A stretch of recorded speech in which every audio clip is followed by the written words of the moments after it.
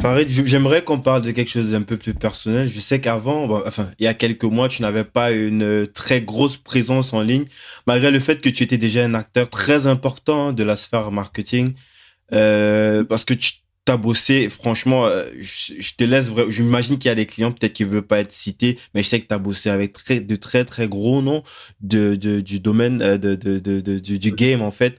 Et je me demandais, en fait, je me demande pas, je sais que tu as aussi fait face au syndrome de l'imposteur et je me demandais comment est-ce que tu euh, as pu sortir comment est-ce que tu as pu aller au-delà de ça et être plus, te montrer plus quoi et puis présenter plus ce que tu fais, mais attendant pas que derrière, par exemple, l'une des personnes derrière lesquelles tu Ouais, bosses et tout. Je ouais. sais pas, tu vois ce que je veux dire, quoi.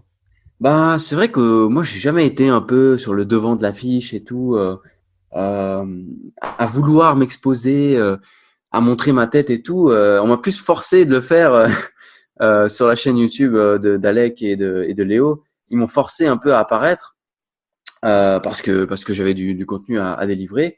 Mais moi, j'ai jamais voulu, tu vois. Et du coup, je pense que en fait, il y a déjà un principe avant d'encourager quelqu'un à faire ça ou à quoi que ce soit. Je pense qu'il faut miser sur ses forces, tu vois. Faut pas, euh, tu vois, si moi j'ai jamais voulu, je sais pas, recevoir beaucoup d'attention ou quoi, tu vois. Mais quand on est dans le business, c'est-à-dire quand on doit être visible en fait. Les gens qui sont visibles, ben, c'est ceux qui reçoivent des clients, qui attirent des clients. Euh, Sans même devoir dépenser en publicité ou quoi, tu vois. Et, euh, et du coup, voilà, c'est le réseau, tout ça. Et du coup, syndrome de l'imposteur. Alors déjà, je vais revenir là-dessus, c'est que euh, en fait, c'est étape par étape. Il n'y a pas de miracle. Il faut commencer par se forcer. En fait, se forcer, c'est bizarre à dire, mais c'est-à-dire, c'est comme toute habitude, toute nouvelles habitudes. Il faut absolument se forcer au début, sinon, ça veut dire que tu sors pas de ta zone de confort. Tu vois. Donc, il faut se forcer, se forcer, se forcer. Il y en a qui disent oui, ça doit être pendant 21 jours. Moi, de ce que j'ai lu et de ce que j'ai vu comme contenu, c'est beaucoup plus que 21 jours. Il faut se forcer tous les jours. J'ai lu une fois, c'était 66 jours. Un des coachs de ouf là, qui a coaché des mecs de NBA, de NFL, de tout ça là, qui disait que c'est 60. Bref, il faut prendre une habitude de sortir de sa zone de confort tous les jours et pour que ça devienne naturel ou un automatisme. Et ça vaut pour le syndrome de l'imposteur. C'est-à-dire, plus tu vas, en fait, tu vas prendre confiance en toi. C'est-à-dire, tu vas commencer à résoudre, à faire une petite mission pour quelqu'un. Eh ben, tu vas gagner en responsabilité. Tu vas recevoir du feedback, bah, soit des clients de la personne, soit de la personne qui vend, donc de Léo, etc., etc., etc.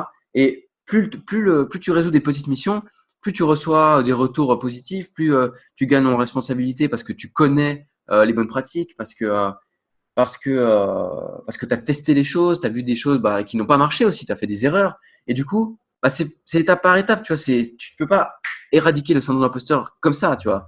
Moi, je Hum, hum. pense, il y a aussi un truc pour rassurer, enfin, pour se rassurer soi-même, c'est que il faut vous mettre dans la position que vous êtes, enfin, il faut vous considérer comme un bon investissement, c'est-à-dire comme quelqu'un qui va aider les personnes, que vous êtes de bonne nature, ça veut dire qui vous avez une influence positive, tu vois, et que si tu as déjà résolu un problème, que tu as réussi à trouver la solution, à parler à la bonne personne pour trouver ces solutions, à trouver le bon, enfin tu vois, à trouver le bon freelance ou quoi, je sais pas, c'est des missions comme ça qu'on avait.